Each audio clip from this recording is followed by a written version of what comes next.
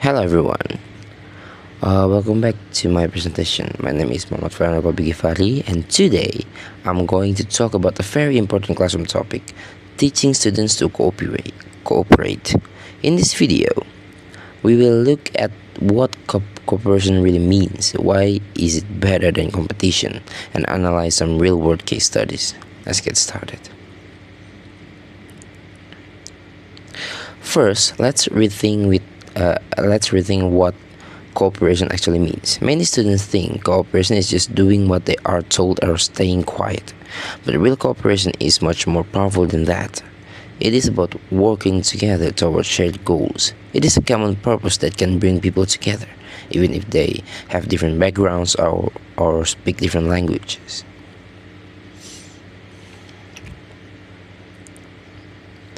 Now let's look at classroom conflict. Classroom can be highly competitive places, from how we give grades to how we teach. While competition can prepare students for the future, it also creates conflict. To help students grow, we must teach them how to handle this conflict creatively.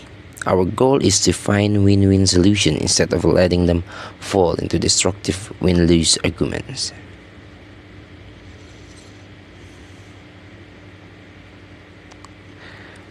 Okay, next, let's debunk some common myths. Many people believe that competition builds character and that cooperation only makes lazy students do less work.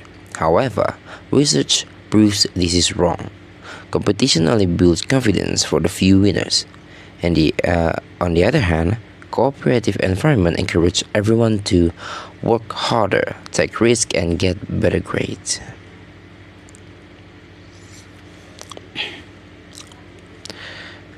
Why do we need cooperation in a competitive world? First, because most human interaction are cooperative, not competitive. Cooperation skills are much more important for long-term success. And second, we need to redefine failure. In competition, failing means losing.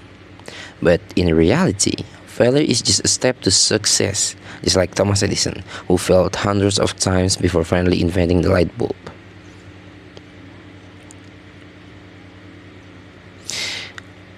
Okay, to see these ideas in action, let's look at three particular case studies.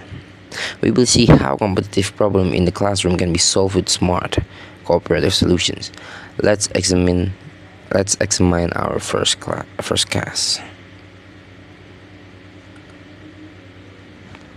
Our first case study is about the cutthroat classroom. Here, university students are too competitive. They refuse to share their notes and see group projects as a threat to their individual grades. To solve this, the teachers should use cooperative learning structures by starting peer tutoring programs and grading based on group success. Students learn to see each other as helpful partners instead of rivals.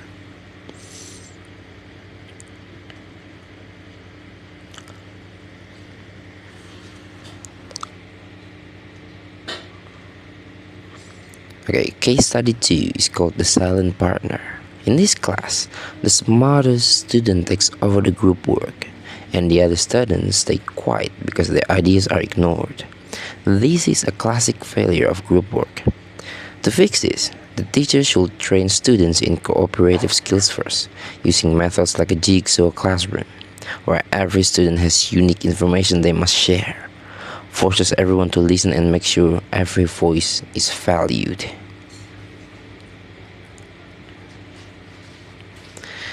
Our third case study is the condescending tutor. Here, a high-achieving student is assigned to tutor a peer, but they end up giving the answers directly or explaining things in a way that makes their partner feel small. To solve this, teachers must actively train students on how to tutor. Instead of just telling them to help, we should guide them to ask helpful questions and encourage their peers. This transforms a condescending attitude into a supportive, empathetic partnership.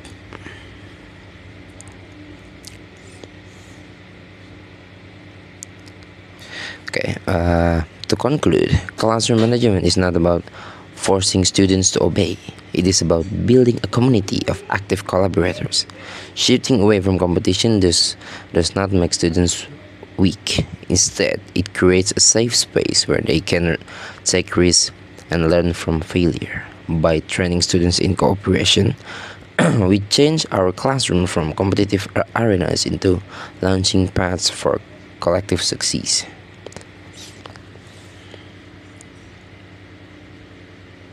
So that's it. That's the end of my presentation, and I will hope you guys understand about how make students cooperate. So thank you for your time, and see you guys on the next project.